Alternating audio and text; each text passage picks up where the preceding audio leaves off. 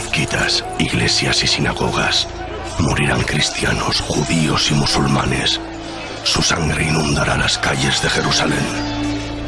Y todo en el nombre de un mismo Dios. Pues todos os apropiaréis de sus palabras, las manosearéis, las retorceréis y las ensuciaréis, convencidos de estar libres de todo pecado. Los papas y los imanes promulgaréis guerras santas. Los iluminados convenceréis a miles de desgraciados de que matar infieles les hará ganar su salvación. Los emperadores, los sultanes y los reyes desataréis la ira de vuestros ejércitos. Y así, llenos de arrogancia, os plantaréis ante las puertas del cielo y gritaréis: mira todo lo que he hecho por ti, Señor. No merezco entrar en tu reino. Y no hallaréis respuesta, solo silencio. Pues el infierno está lleno de buenas intenciones. Por vuestra culpa nacerá la Orden de los Caballeros Templarios. Esos demonios han jurado servir a Dios hasta las últimas consecuencias, y armados con la coraza de la fe, desatarán la ira de Dios desde Jerusalén hasta las costas de la Lusitania.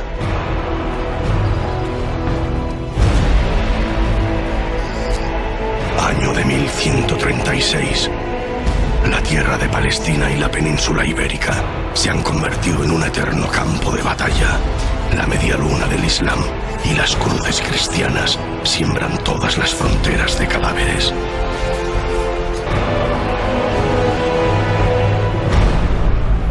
La muerte os esperará en todas partes, pero si sois prudentes, en todas partes la esperaréis vosotros.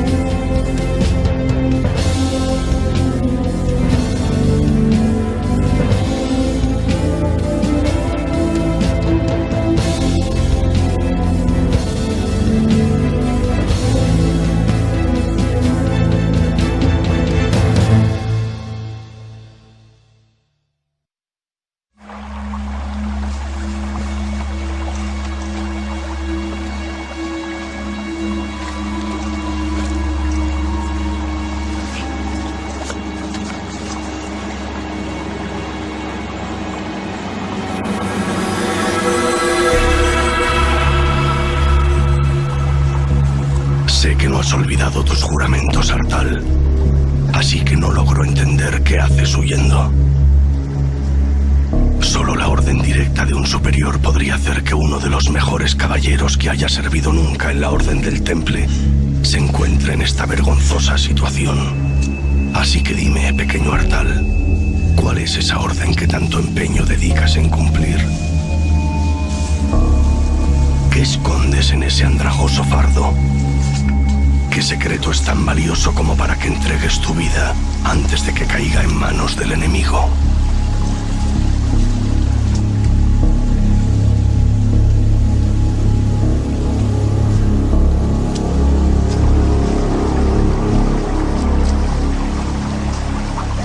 Un templario, según su ideario militar, según sus ordenanzas militares, no podía abandonar jamás la batalla, salvo que lo ordenara el maestre, el prior. Tenían reglamentado que no podían retirarse de la batalla a menos que fueran superados en una proporción de 3-1. Imaginaos una batalla, verte superado en esa proporción. Es difícil la escapatoria.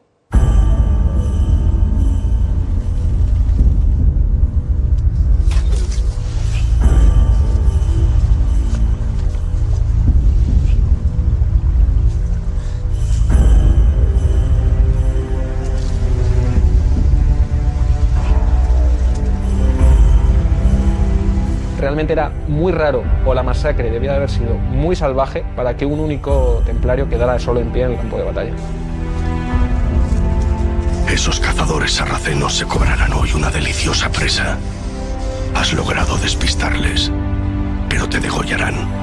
Registrarán minuciosamente tu cuerpo y limpiarán la sangre de sus dagas con tu hábito blanco. ¿Estás seguro de lo que vas a hacer, Artal? ¿Estás seguro de querer entregar tu vida por cumplir una estúpida orden? Un templario nunca tenía que renunciar a la batalla, huir de la batalla, salvo que recibiera esa orden. No es la primera vez que dudas, lo sé. Después de todo, Dios nunca se ha dignado a hablar contigo directamente. ¿O sí lo ha hecho? ¿Quién si no te convirtió en un huérfano más a las puertas de un monasterio? ¿Fue Dios quien se llevó a tu madre o fue la peste? ¿Quién te enseñó a cumplir a rajatabla las palabras de los evangelios? ¿Fue Dios o fueron los monjes? ¿Quién colocó una espada por primera vez en tus manos, Artal? Dime, ¿quién te enseñó a usarla? ¿Quién te enseñó a soportar el dolor? ¿Quién te enseñó a no tener miedo?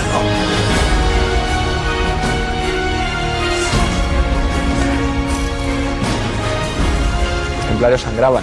Los templarios, aparte de miedo, tenían dudas, tenían conflictos personales. Desde luego esto no responde exactamente a los principios que Hugo hubiera querido para una orden de una virtud y de una entereza tan ideal. Pero al final, después de todo, son humanos. Son personas como las podríamos ser cualquiera de los aquí presentes. Lo ideal para profesar en la Orden del Temple es haber sido novicio antes de jovencito, desde muy pequeño, de un monasterio. Claro, por tanto sí que es verdad que había novicios de la Orden del Temple que venían, que procedían de monasterios cistercienses porque su reconversión al Temple era mucho más fácil. En ese sentido, tuvieron que llevar a cabo una serie de prácticas de verdadero lavado de cerebro para que esta gente, para que estos soldados estuvieran imbuidos de esa idea hasta el final. ¿De quién era toda esa sangre que has derramado? ¿Era de los enemigos de Dios o de los enemigos del Temple?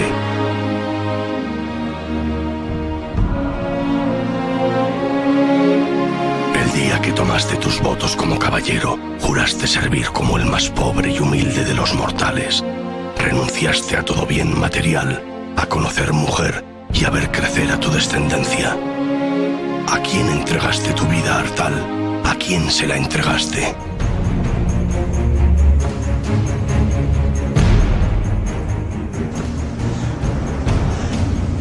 La idea de entregar la vida por una causa alta, ¿no? Tiene mucho que ver con la forma de entender la vida presente.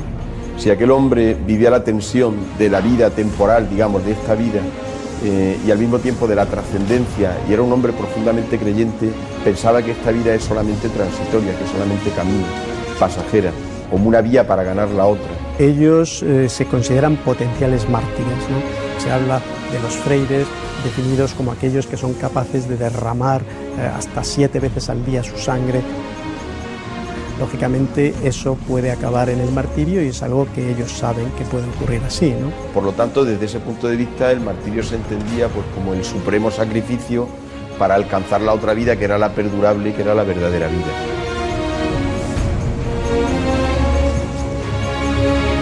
Deja de correr, Artal. Pronto todo habrá pasado. Busca un bonito lugar sobre el que morir y encomiéndate a Dios. Pues Él siempre te tuvo en gran estima y aguarda paciente tu llegada al reino de los cielos.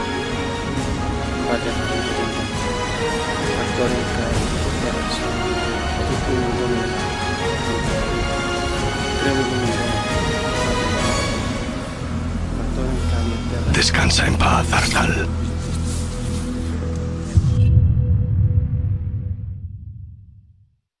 Ellos, yo pienso que estarían absolutamente convencidos. Para empezar, yo creo que todos no. Yo creo que ahí hay que establecer una diferencia. Sois los hombres los que queréis morir en el campo de batalla. Las mujeres nos quedamos cuidando la casa y los niños, ¿vale? En esto los roles de la naturaleza, y conste que no para nada soy machista ni feminista, o sea, me limito a tener sentido común y punto. Pero la realidad es que los que queréis la guerra sois vosotros, los hombres, ¿no? O sea, sois los hombres los que hacéis la guerra, los que tenéis la ambición desmedida, sin culparos, porque no hay culpables, ¿vale? Es lo que es, somos biología e historia, no hay mucho más. Pero la mujer no quiere morir en el campo de batalla, vamos, de ninguna de las maneras. Así, ya, yo por lo menos, desde luego, tengo claro que no.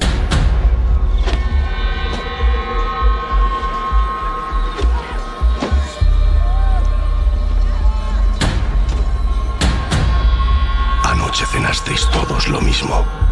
Unas gachas demasiado cocidas y un pedazo de cordero que no consiguió darles sabor. Si alguno de vosotros sale con vida de este bosque, las recordará como la cena más suculenta de toda su vida. Dejadle ahí. No estáis en condiciones de cargar con más heridos. Ya solo quedáis 20 hombres en pie, y al final del día seréis muchos menos.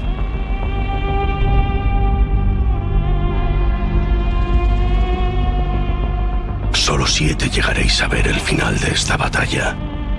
5 desgraciados con mucha suerte de los que nadie volverá a hablar. Un héroe y un rey.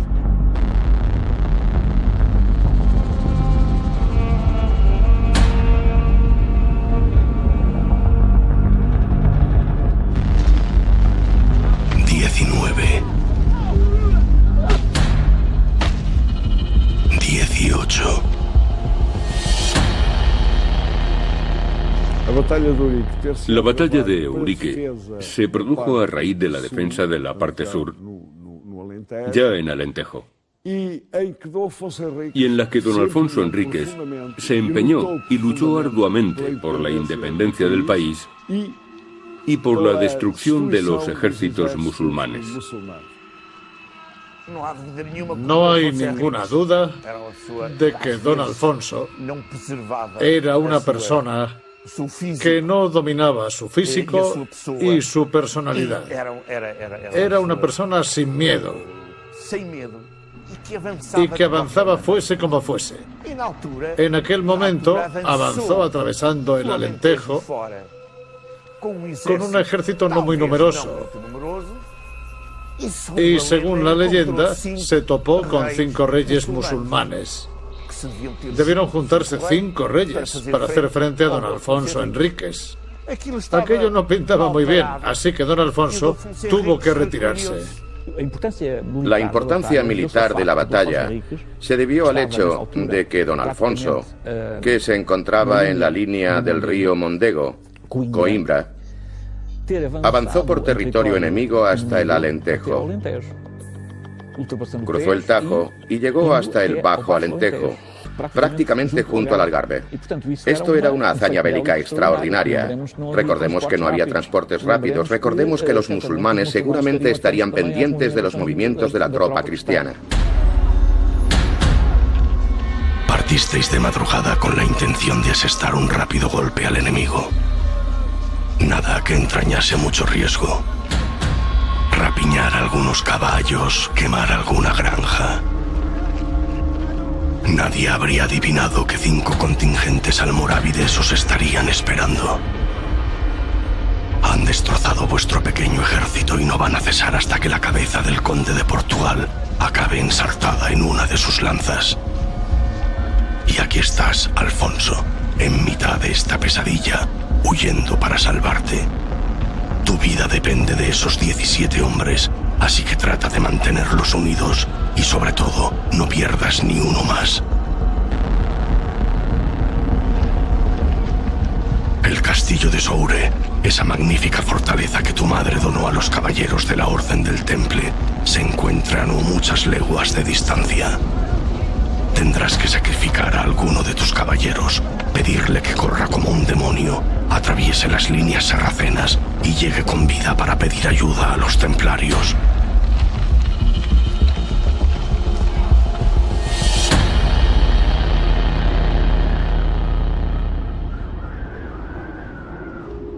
Para cuando tus hermanos hallen tu cuerpo, el dolor ya habrá pasado. Serás enterrado en un lugar sin nombre que nunca nadie encontrará, y en la muerte serás aquello que fuiste en vida, un templario más. Nada podrás llevarte, pues polvo eres, Artal, y en polvo has de convertirte. Un templario debía todo lo que era a la propia orden. Más allá de hecho, no era nada. Nada. El templario solo es depositario de objetos, nunca propietario. nada le pertenece. Ni siquiera la propia correspondencia que le puedan mandar pertenece al templario. Las espadas pertenecían a la orden exactamente igual que sus cotas, sus sobrevestas, sus túnicas y sus mantos. Y aunque es cierto que se les podía dar algún tipo de mortaja o incluso utilizar el hábito en alguna ocasión como mortaja, lo cierto es que esto no era así.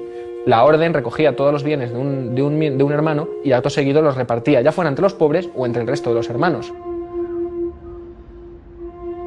Es bastante significativo saber que al templario se le enterraba al modo cisterciense, completamente desnudo, envuelto en un sudario sobre una tabla y enterrado boca abajo, porque no es digno de mirar al cielo.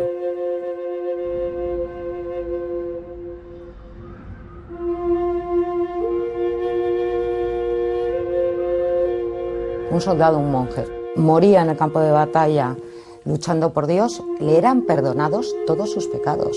Y ellos lo creían, claro que lo creían. Año de 1136 de la era de los cristianos. La situación en Tierra Santa no es mucho mejor, pero nadie parece querer hacer nada. Los pobres caballeros de Cristo, los templarios, sois los únicos que parecéis entenderlo. Nadie más tendría el valor de emplear tan duras palabras a la hora de escribir al rey de Francia. No tenemos más tropas para resistir. De 600 caballeros, solo escaparon de los sarracenos estos quienes os traen la noticia. Estamos amenazados de invasión y somos ya muy pocos en Jerusalén. Por tanto, haceos cargo de nuestra necesidad. Si disimuláis o vaciláis en dejaros convencer, como tenéis por costumbre, si no os decidís a ayudarnos antes de que los últimos vestidos de la cristiandad sean aniquilados, considerad cuánto lamentaréis que sea demasiado tarde, que todos los que son de Dios y que se llamen cristianos tomen las armas y vengan a liberar el reino de sus mayores, que los hijos no pierdan vergonzosamente lo que sus padres han conquistado.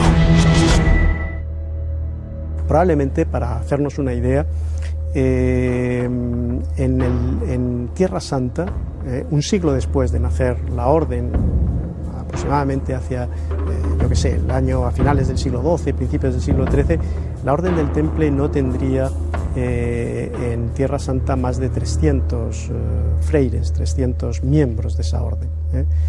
Por tanto, y son muchos. Tras la muerte de Hugo de Payens, os reuniréis en secreto para nombrar un sucesor. El elegido serás tú, Robert de Craon, un hombre capaz de abandonar a su prometida y todas sus posesiones el mismo día que escuchó hablar de los templarios por primera vez. Serás designado gran maestre de la orden, tanto por tu valor militar como por tu piedad, y durante tu mandato obtendrás grandes beneficios para la orden. El Temple dispondrá de sus propios capellanes y no se verá obligado a pagar diezmos a la Iglesia nunca más. Ciertamente la Orden del Temple no responde ante digamos, ningún rey. Por supuesto, depende siempre del Papa. Y el Papa, en determinadas tendencias o corrientes, no deja de ser un poder más de la Europa medieval. Efectivamente, es un poder que se encuentra por encima de determinados reyes y reinos.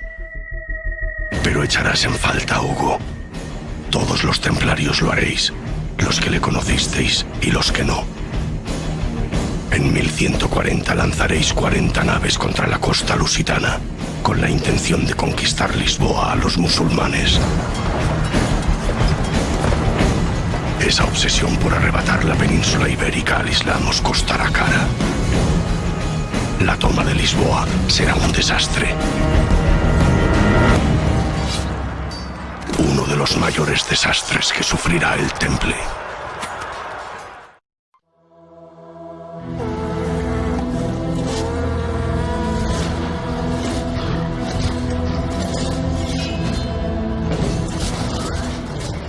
Dicen que antes de una batalla, el miedo provoca un desagradable olor a vómito. Pero esa sensación desaparece en cuanto matas al primero de tus enemigos. O él te mata a ti. frío y estáis cansados. Lleváis demasiado tiempo resistiendo y las gachas hacen estragos en vuestros agitados estómagos.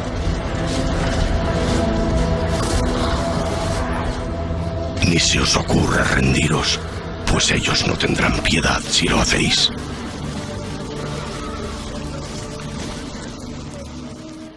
Según cuenta la leyenda, el ejército musulmán era numerosísimo. Dicen que había 5 reyes musulmanes. Es normal. Es normal porque en aquellos momentos ya había reinos de taifas. Cuando pensamos en reyes, pensamos en reyes poderosos y con ejércitos enormes. Pero lo normal es que aquellos 5 reyes correspondiesen a 5 ciudades relativamente pequeñas. Los caballeros cristianos se esforzaron y pelearon con valor para destruir esa amenaza musulmana. La batalla en sí misma debió ser una hazaña bélica extraordinaria. Don Alfonso Enríquez escogió un sitio desde donde podía estar en ventaja. El sitio existe, está en el Alentejo. Se llama Cabeza del Rey. Era una colina que, evidentemente, el ejército enemigo no tenía más remedio que subir para enfrentarse a ellos. No pensemos en los ejércitos medievales como, bueno, pues como esto que a veces aparece en las películas, ¿no? Con esas masas. Los ejércitos en la Edad Media son ejércitos reducidos. Para un rey en una situación muy delicada desde el punto de vista estratégico, desde el punto de vista militar, un puñado de hombres bien adiestrados podían ser sencillamente decisivos.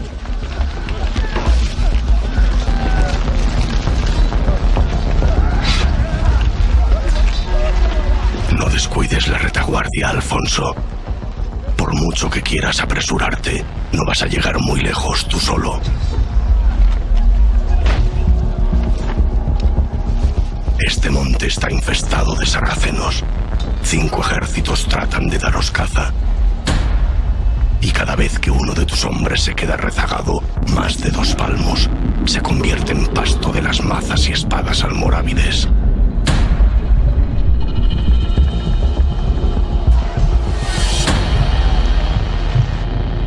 Ya solo sois 16.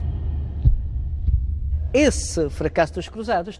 fracaso de las cruzadas es muy bien perceptible en las crónicas del mundo musulmán, que era un mundo bastante desarrollado. Yo diría que Al-Ándalus y el Islam del Mediterráneo Oriental tenían incluso aspectos más evolucionados en cuanto a cultura y tradición. Basta con decir que si no fuera por los grandes intelectuales del Islam, no habrían llegado hasta nosotros algunas de las obras de Platón, por ejemplo. Así que tuvieron una gran importancia como hilo de transmisión de una cultura que yo llamaría mediterránea. Dejad que os cuente una historia. Escuchadla y aprenderéis algo. Un día, un gobernador cristiano escribió a un sultán para rogarle que le enviara un médico para tratar algunos casos urgentes. Los árabes escogieron a un doctor llamado Tabet. Este solo se ausentó unos días y luego regresó. Todos sentían gran curiosidad por saber cómo había conseguido curar a los enfermos tan rápidamente y le acosaron a preguntas. Tabet les relató: han traído ante mí a un caballero que tenía un absceso en la pierna y a una mujer que padecía de consumición. Al caballero le puse un emplasto en la pierna, el tumor se abrió y mejoró. A la mujer le prescribí una dieta para mejorar el temperamento.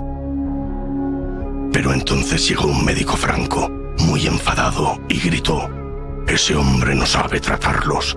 Me apartó de un empujón y le preguntó al caballero: ¿qué prefieres? ¿Vivir con una sola pierna o morir con las 2? Como el caballero contestó que prefería vivir con una pierna, el médico ordenó que trajeran a un soldado fuerte y un hacha bien afilada. Ante mi vista, el soldado le asestó un hachazo en la pierna y el caballero murió casi en el acto. En cuanto a la mujer, el médico franco la examinó y dijo: tiene un demonio en la cabeza, cortadle el pelo. Y se lo cortaron. Tomó una navaja barbera, le hizo una incisión en forma de cruz, dejó al descubierto el hueso de la cabeza y lo frotó con cal. La mujer murió en el acto. Entonces yo pregunté, ¿ya no me necesitáis? Me dijeron que no, y regresé tras haber aprendido muchas cosas que ignoraba sobre la medicina de los cruzados.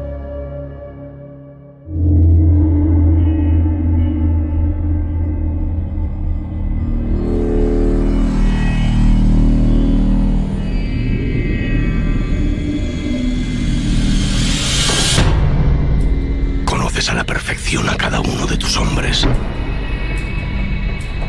Todos ellos han servido fielmente en tu guardia durante años. Conoces a sus esposas, a sus hijos legítimos y muchos de sus deslices. Tienes razón, Alfonso. Deberías pagarles mejor.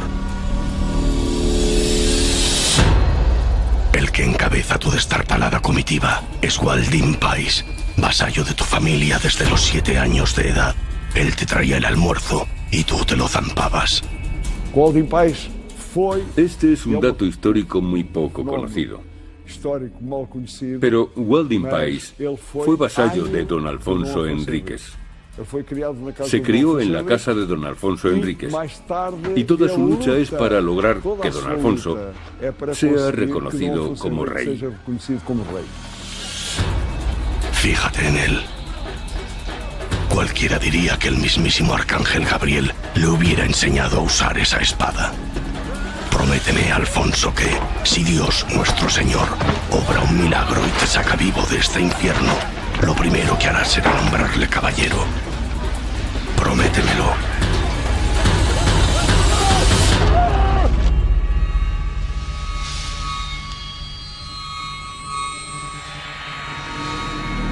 Ese patán acaba de perder uno de tus estandartes. Si no me equivoco, ya sois solamente 12. ¿Llevo bien la cuenta, Alfonso? Hay quien no cree en la batalla de Eurique. Hay historiadores que no creen en esa batalla y dicen que tiene un valor simbólico. Bueno, pero es que alguien se cree que la historia es toda verdad. No, vamos a ser un poquito serios. La historia, siempre se ha dicho, y esto lo sabe todo el mundo, la escriben los vencedores. Los vencedores, o los que les interesa algo, o los que tienen algún objetivo, o los que... Y más en una época como la época medieval, que se escribía sobre pergamino, y entonces, bueno, había que rascar lo que había antes si querías reescribir algo. No es como hoy, que tenemos nuestras pantallas de ordenador y, oye, con luz y ceros y unos lo escribimos todo. No necesitamos ni papel. Los registros que nos quedan de aquella época, la mitad son como poco dudosos, como poco. Todo habrá acabado antes de que el sol se esconda. 7 de los vuestros volveréis a casa. 5 hombres de los que nadie volverá a hablar. Un héroe y un rey. En el año de 1139 de la era de nuestro Señor y Hacedor de todas las cosas, encontrándose las tropas cristianas en gran inferioridad numérica y ante 5 ejércitos de 5 reyes moros, Cristo, nuestro Señor, descenderá de los cielos y se mostrará ante don Alfonso, único soberano de Portugal. Y los ángeles que con él vendrán le harán entrega de una cruz diciéndole: bajo este signo vencerás. Yo diría que la tradición de Eurique, porque se trata de una batalla y de una tradición asociada a una batalla. Creo que esta es la batalla que marca el inicio mítico de Portugal.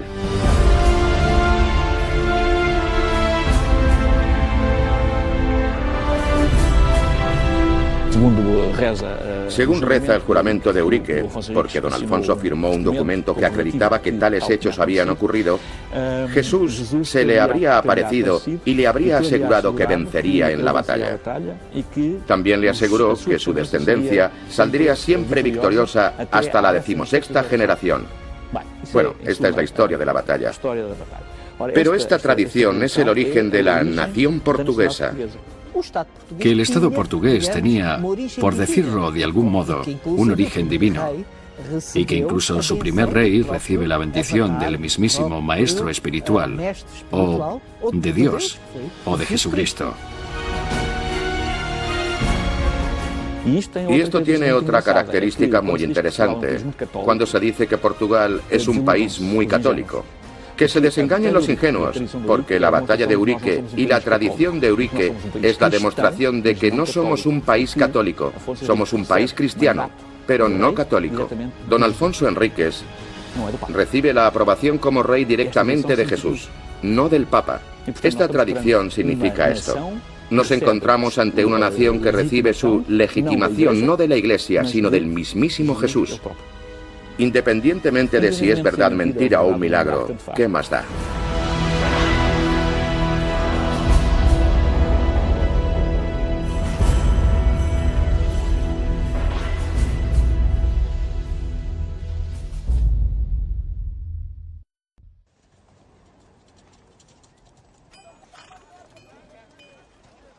Una pregunta que también llama mucha atención es la disciplina de los templarios, ¿cómo se conseguía?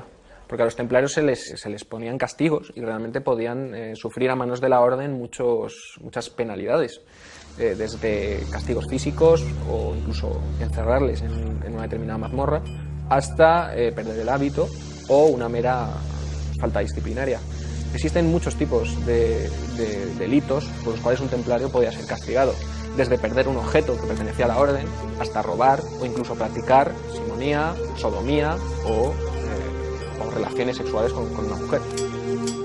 Llama la atención, por ejemplo, el caso que cita la regla, de un templario que, probando una espada, resultó que la espada se partió. No debió ser una buena espada. El templario fue castigado por ello. Capítulo 67 de la regla del temple.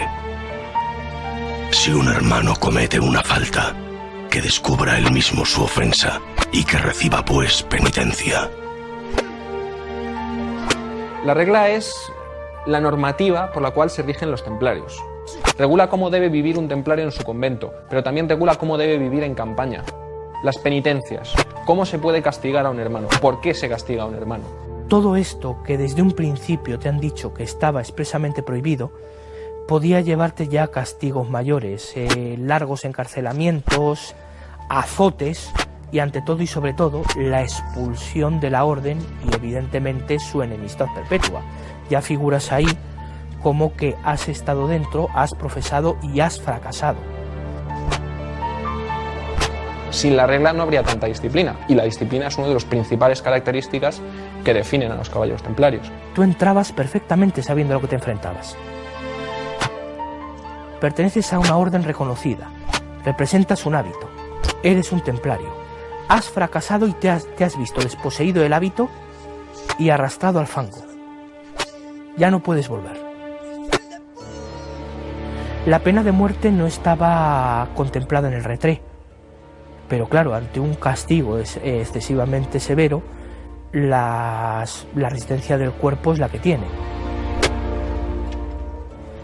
Es una situación dura y evidentemente nadie la querría.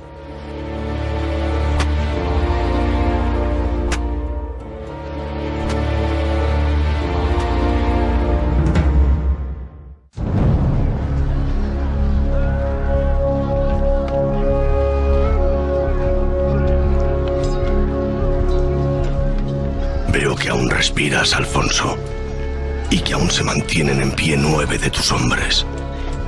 8. ¿Y si te dijera que solo tenéis que soportar una última embestida de los almorávides?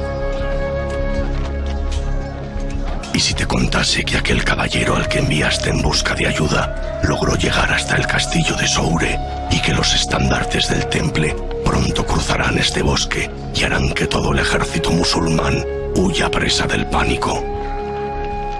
Eso sí sería un milagro, ¿verdad?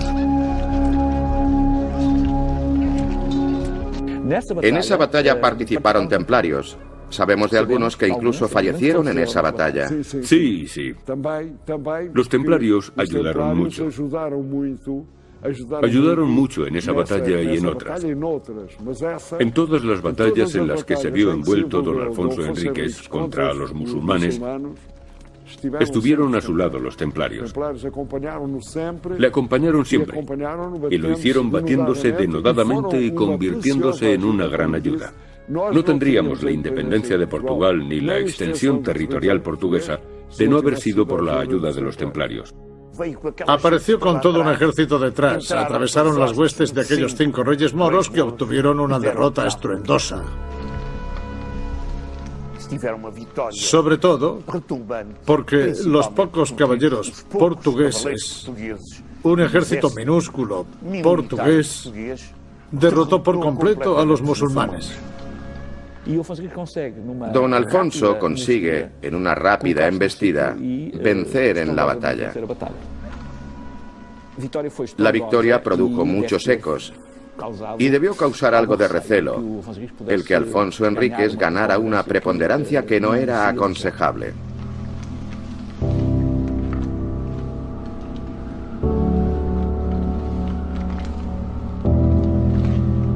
Me prometiste que si acababa el día y aún seguíais con vida, armarías caballero a Gualdín Pais, el mejor de tus hombres. Así que cumple tu promesa.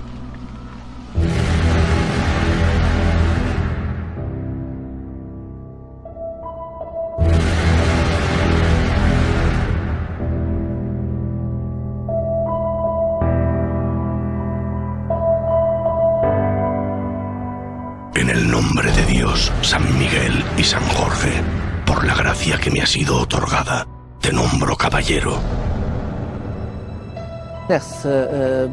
En esa batalla nombró caballero a su vasallo, a su amigo de la infancia, Gualdín Pais. Sí, señor. Se le nombró caballero en esa batalla. Gualdín Pais hizo su juramento. Y Alfonso Enríquez le entregó la espada con la que era hecho el juramento de los caballeros. Y tú, Alfonso, tú serás rey. Alfonso I, el conquistador, el primero de los muchos soberanos del reino de Portugal. El título de rey aparece a partir de Eurique, por eso es tan importante Eurique, y pasa a ser el gobernador del condado portugués. Había acabado con 5 reyes musulmanes. Comenzó a hacerse llamar rey y todo el mundo a llamarlo rey. A partir de este momento, él ya se considera rey, porque esta fue la victoria que lo consagró. La Orden del Temple se asentó en Portugal en un momento en que Portugal estaba viviendo un proceso de fundamentación de su independencia política. Entonces, contar con un resorte que dependiera de esa monarquía naciente y que en último término, bueno, significaba de alguna manera la bendición papal de la presencia de esa orden que dependía en último término del Papa y por tanto de la existencia política de ese reino, que se construye con ese instrumento que es la Orden del Temple, ¿no? Sabemos que Alfonso Enríquez, el primer rey de Portugal, tuvo un especial interés en mimar, en desarrollar, en hacer donaciones a favor de la Orden del Temple y contó con la colaboración activa de los templarios en sus distintos hitos reconquistadores, que son, no lo olvidemos, los hitos de construcción de la independencia del Reino de Portugal. La importancia que tiene el concepto de orden militar en buena parte y sobre todo la importancia que tiene para los reyes es que las órdenes militares, el temple en primer lugar, que es el arquetipo de todas, ante todo conforma un ejército profesional, ¿no? Avant la lettre, ¿no? Antes de que existan los ejércitos profesionales, ¿no? Es una fuerza permanente, cosa que el ejército de la Edad Media no era concebido de esta manera, ¿no? Y además un ejército permanente ligado por votos religiosos, lo cual quiere decir que la disciplina y la jerarquía se respetaría, eventualmente se debería de respetar de una forma muy especial. De ahí la importancia que tienen las órdenes militares y de ahí la importancia que tiene para los reyes.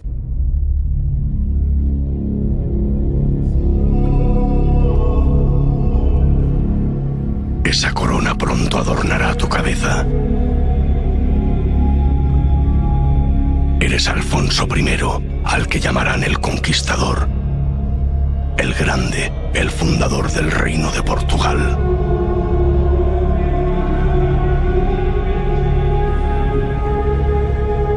Tu reino nacerá mucho antes de que el Papa de Roma y los vecinos de la Corona de Aragón se dignen a reconocerlo.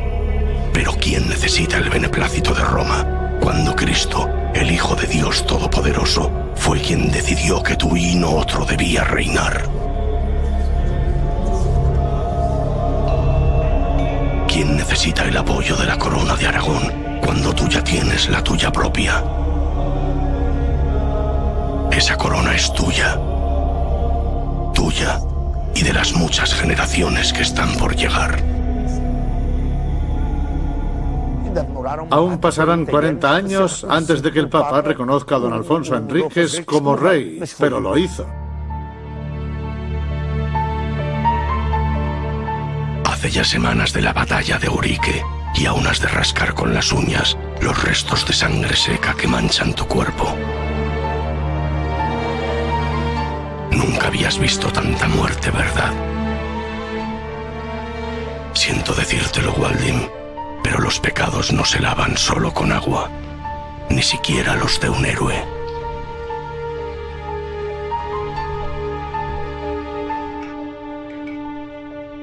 Tu decisión es firme y nadie osará convencerte de lo contrario. Hoy partirás a Tierra Santa para entregarte al servicio de la Orden del Temple.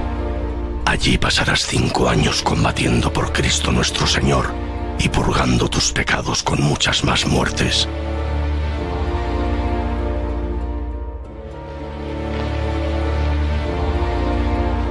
No te despidas. Volveremos a vernos.